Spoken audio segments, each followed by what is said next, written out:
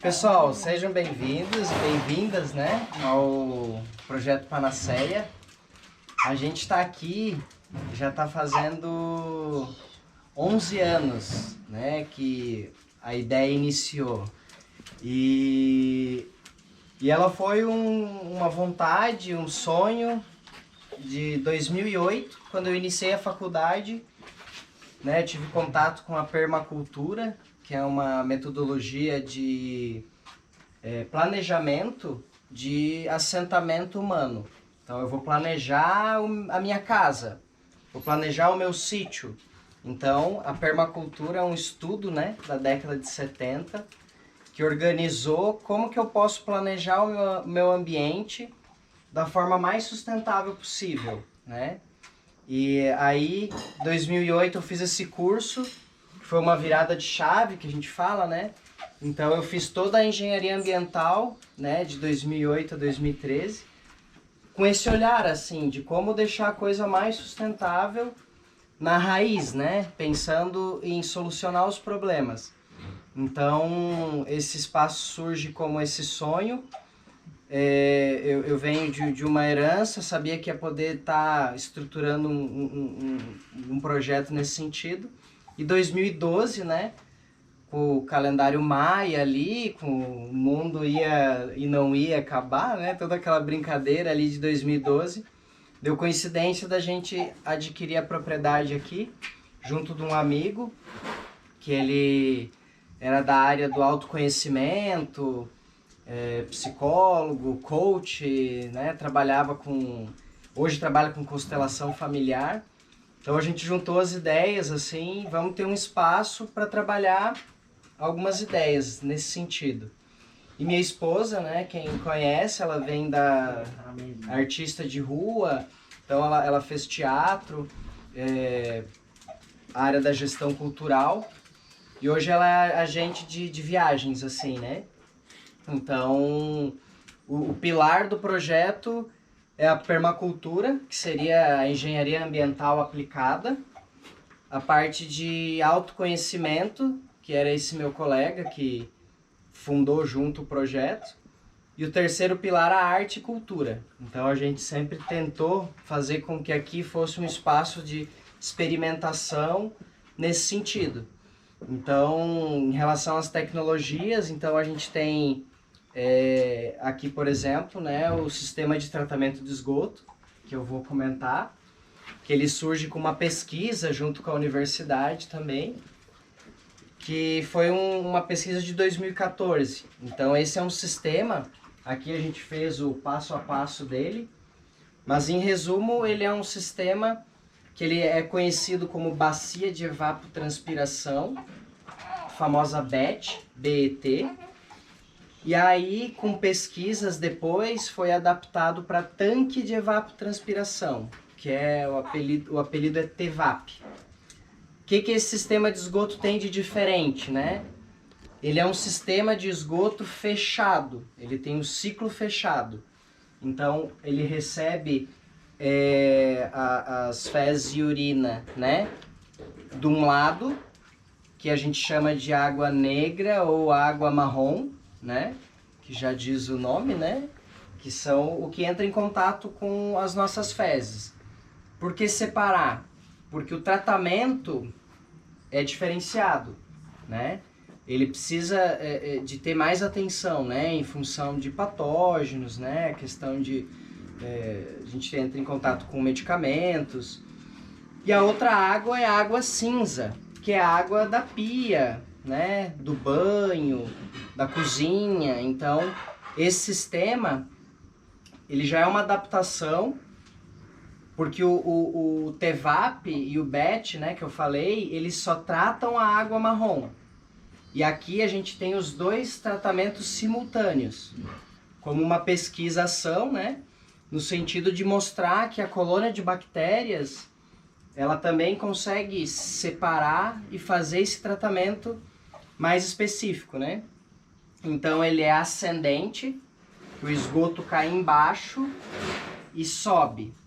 Então a gente tem uma tubulação, né? No início a gente fez de madeira, utilizou o bambu, e hoje ele foi utilizado pneus também, quando foi feita a primeira manutenção, depois de 5 anos.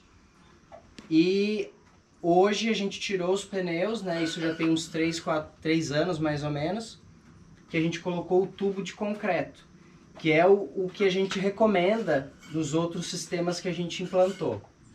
Então é uma tubulação, é feito um tratamento anaeróbico, que é sem oxigênio, e aí depois esse esgoto começa a subir, e as plantas que a gente insere aqui no sistema, né, como se fosse um jardim. Então ele é 5 metros por 2. Então é feito uma sequência de camadas, que a gente coloca resto de tijolo, que é bem poroso, né, onde ficam a colônia de bactérias. Pode ser o bambu também, né, só que ele precisa ficar submerso.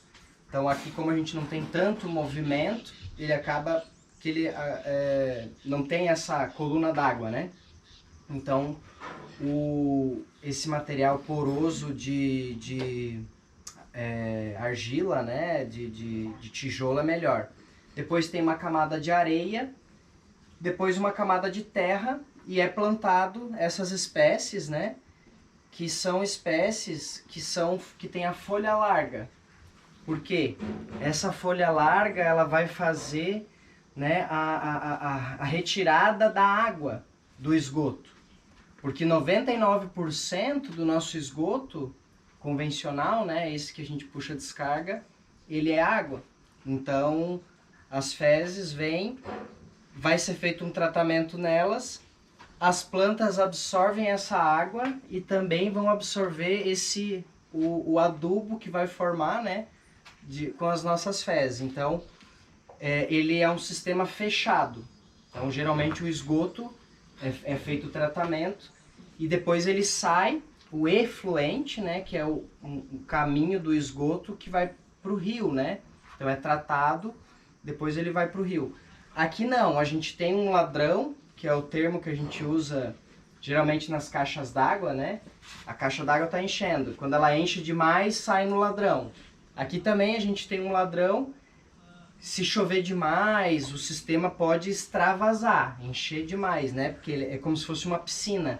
Ele é todo isolado, com concreto ao redor. Então existe esse ladrão. Aqui nunca foi monitorado que o ladrão acionou, né? Mas todo o esgoto ele é tratado aqui, então ele é um sistema fechado.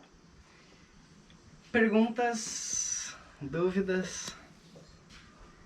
É um sistema inglês, né, que foi adaptado no Brasil de acordo com as nossas plantas, né?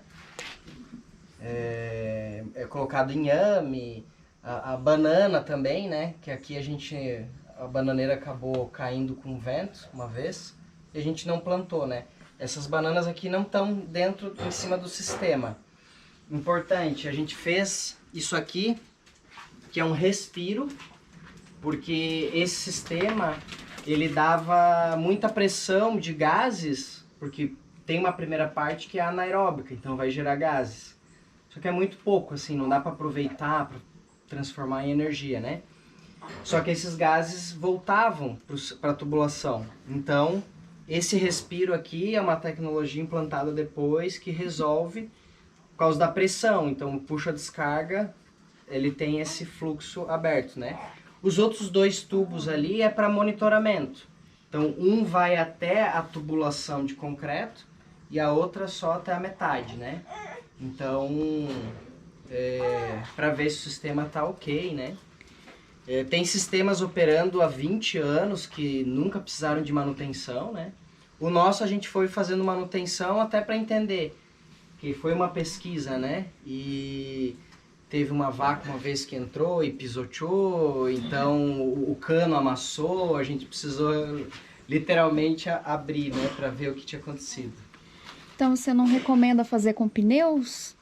Então, a discussão do pneu, Solta né, resíduo, né? tem porque o pneu é uma borracha, né, um material que tem muito petroquímicos envolvidos, né, coisas que a gente desconhece muitas vezes. Então, há uma linha da permacultura, né, do pessoal que discute isso. Por que eu vou colocar algo que vai se decompor dentro do tempo, né, e vai gerar resíduo para as plantas? A outra linha vai dizer, olha, se eu estou reaproveitando o pneu, já é uma solução mais adequada, mais alternativa, né?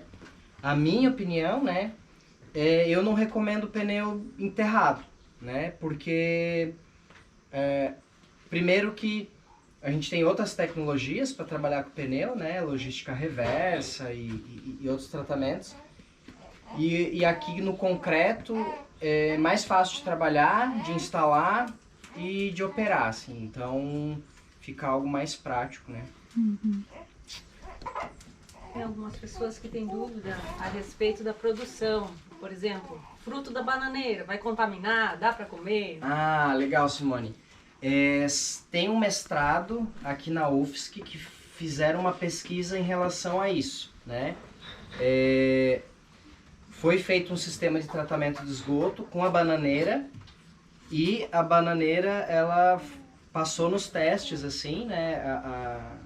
A banana, ela é uma frutífera que ela tem um sistema complexo de obtenção de nutrientes e filtros da bananeira. Então, o fruto não teve nenhum tipo de contaminante, né? De medicamentos, fezes, assim, né? Então, é possível de comer a banana. A gente comeu muita banana aqui, né? Só que ela não pode ser comercializada. Então existe no Brasil, né? Existe uma lei que a gente não pode usar esterco humano como adubo, né? Tem países que precisam utilizar o esterco humano como adubo, né? Então a gente não pode comercializar, mas ela é comestível, né? E aí entra o círculo de bananeira, que é o segundo sistema de tratamento que eu vou mostrar aqui na frente. Além da bananeira, pode ser usado outras plantas, além dessas duas, bananeira e essa aqui é? Essa aqui é o inhame, né? Inhame. Tem outros nomes também para ela. Tem uma série de espécies, assim, né? Alguns, dependendo do bioma, tu vai utilizar, né? O igapé, tem outras, agora de cabeça, assim, eu não saberia dizer, mas é possível, sim. A ideia cultivares, né, que necessitem bastante de absorver essa água, né? Então, eu já ouvi falar do maracujá, por exemplo, né? Agora, outra pergunta. Posso plantar alface aqui? Não, né? Porque daí realmente a possibilidade de ter patógenos na alface, porque tem um sistema de ciclo curto e não tem filtros, né, adequados para isso. Então não se recomenda, né? É isso? É isso. Obrigada. Acho que o pessoal... Faltando gente, né? Tudo bem. Aqui ele é um sistema de círculo de bananeira, né? Ele até agora foi feito um manejo recente, né? Foi retirado algumas espécies aqui, mas ele é um sistema um pouco mais simples, que ele vai receber a água cinza, que é essa água que vai passar pelo sabonete, né? Então o ideal é que passe por por uma caixa de gordura, né? Que vai ficar um pouco ali gordura, né? Do sabonete ali. Mas ele é um sistema que não precisa de um isolamento, principalmente na nossa região, que é argilosa, né? Se não fosse argilosa, daí ia necessitar fazer esse isolamento. Mas é feito a implantação de bananeiras ao redor. Então a bananeira é uma espécie bem utilizada dentro da permacultura, né? Porque ela tem um ciclo anual, então a cada 9 meses assim, você consegue extrair o fruto e ela mesma se replica, né? Tu não precisa fazer uma manutenção tão forte. E aqui a gente tinha outras espécies, assim, estão voltando a nascer, né? Que é a cana do brejo ou a cana do macaco, que ela também é medicinal, né? Uma punk, que é planta alimentícia não convencional, que a gente pode se alimentar. Então, a água aqui da máquina de lavar vem para cá e aí é feito o tratamento, né? Depois a gente fez um segundo tratamento, né? Uma segunda bacia para caso extravasasse essa, né? Porque teve uma época que a gente estava com 10 voluntários e aí o fluxo que esse chuveiro ele vem para cá, né? O chuveiro de lá vai para lá, então tem esses detalhes. Uma época a gente usava mais esse chuveiro, então a gente precisou fazer aquele sistema ali no inverno, assim, que não tinha tanto a ciclagem, né, de água pela bananeira. Aqui é uma bananeira roxa, né, ou São Tomé. Então ela tem a banana ela é roxeada, né? A gente tem ali embaixo quem tem ele maduro, hein? Um cachinho. Tem maduro já, Aqui. né? Quem Aqui quiser experimentar, ela tem uma textura diferente, assim, e tem um sabor diferente de banana, né? Alguma pergunta aqui? Aqui é a nossa unidade de compostagem. É onde a gente recebe os resíduos orgânicos e vem aqui e faz o tratamento, né? Então, quando a gente recebe escolas, né, a gente monta o espaço para falar sobre a separação dos resíduos. Então, o lixo orgânico, ele representa metade do nosso lixo. Então, 50% do lixo que a gente produz é orgânico. Então, a gente sempre fala sobre essa separação adequada. Então, para eu poder trabalhar com o resíduo orgânico, eu preciso separar ele. Então, a gente tem o reciclado, que são os materiais secos, né? Que a gente está mais habituado, né? A garrafa PET, o vidro, né? Os metais. E aí, dentro da reciclagem, a gente dá ênfase em separar o vidro do sistema. Porque o vidro é algo que pode gerar complicações, né? De quebrar.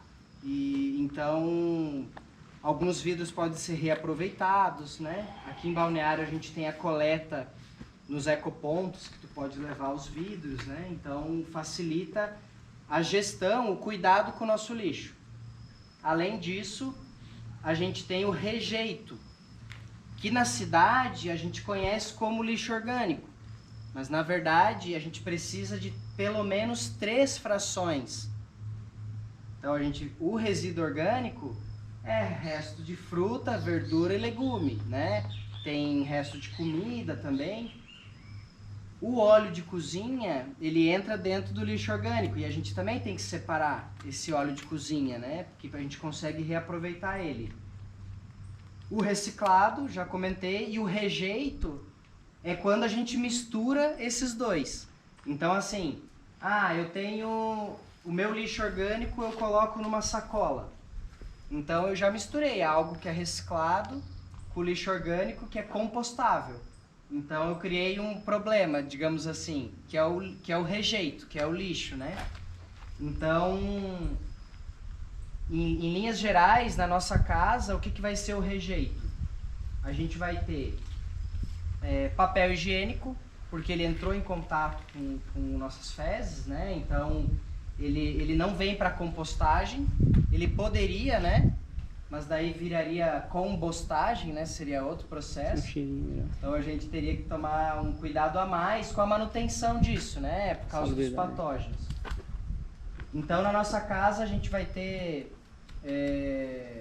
a fralda, um exemplo, né, da fralda. Então, a fralda é algo plástico que entra em contato com o orgânico, que são as fezes. Então, ele misturou. Aí tudo bem, a gente vai colocar como rejeito.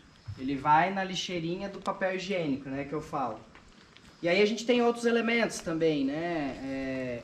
Camisinha, tem algum outros assim, né? Mas da nossa casa é basicamente isso. Então, aquela sacolinha que está muito engordurada às vezes, também eu recomendo colocar como rejeito, né?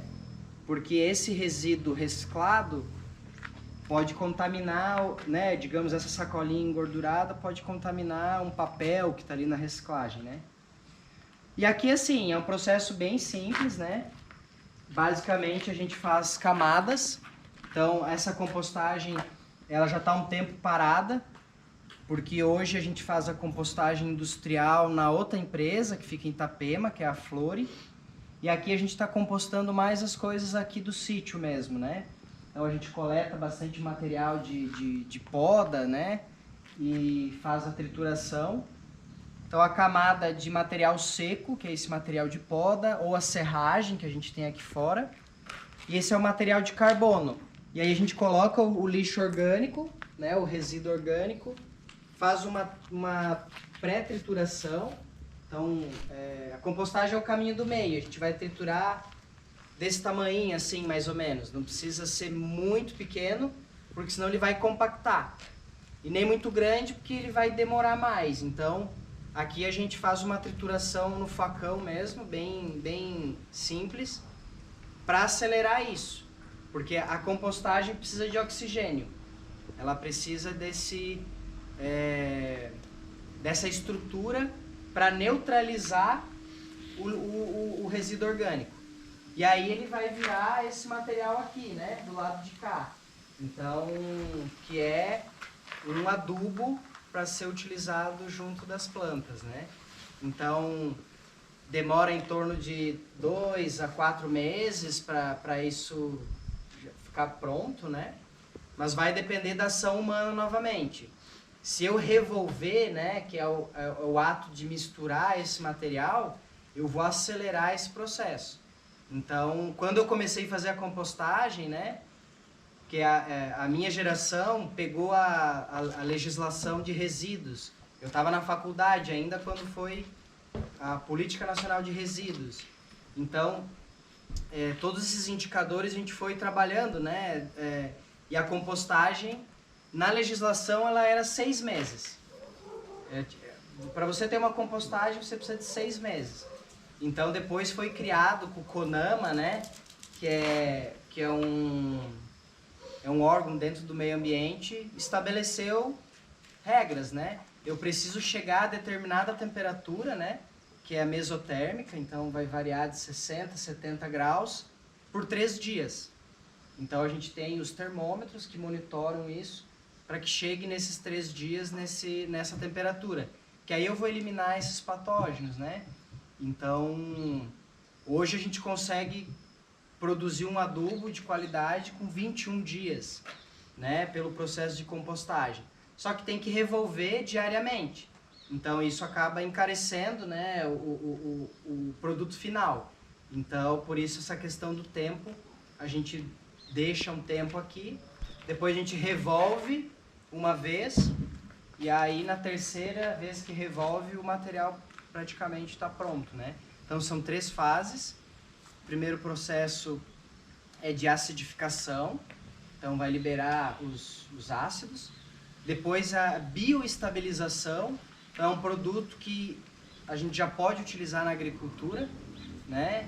Inclusive eu tenho utilizado essa teoria de utilizar já na segunda fase do processo da compostagem. E a terceira fase é a umificação, né? Que vai ser quando eu tenho o meu substrato, né? Quem quiser manipular aqui. E aí a umificação vai ser quando ele está o máximo de a partícula pequena. Terra boa, ótima É quando ele impregna na pele, assim. Então, é como se fosse uma cápsula onde a planta vai conseguir abstrair, né, pegar esse nutriente. Então, é a terceira e última fase da compostagem. É isso, gente. Alguma pergunta, dúvidas? Vai lá, pega Aqui um a pouco gente da faz terra essa desse canaleta, porque ele gera um chorume, né? Que é 90% para mais do resto de comida é água, né? E aí, Denise, Então, terra a gente boa quer já? que ele evapore. Ótimo. Por isso Pronta que para plantar? esse sistema aquece. Só que às vezes ele acaba percolando. Maravilha. A gente coloca geralmente palha aqui para coletar essa água e colocar de novo lá. Aí você fica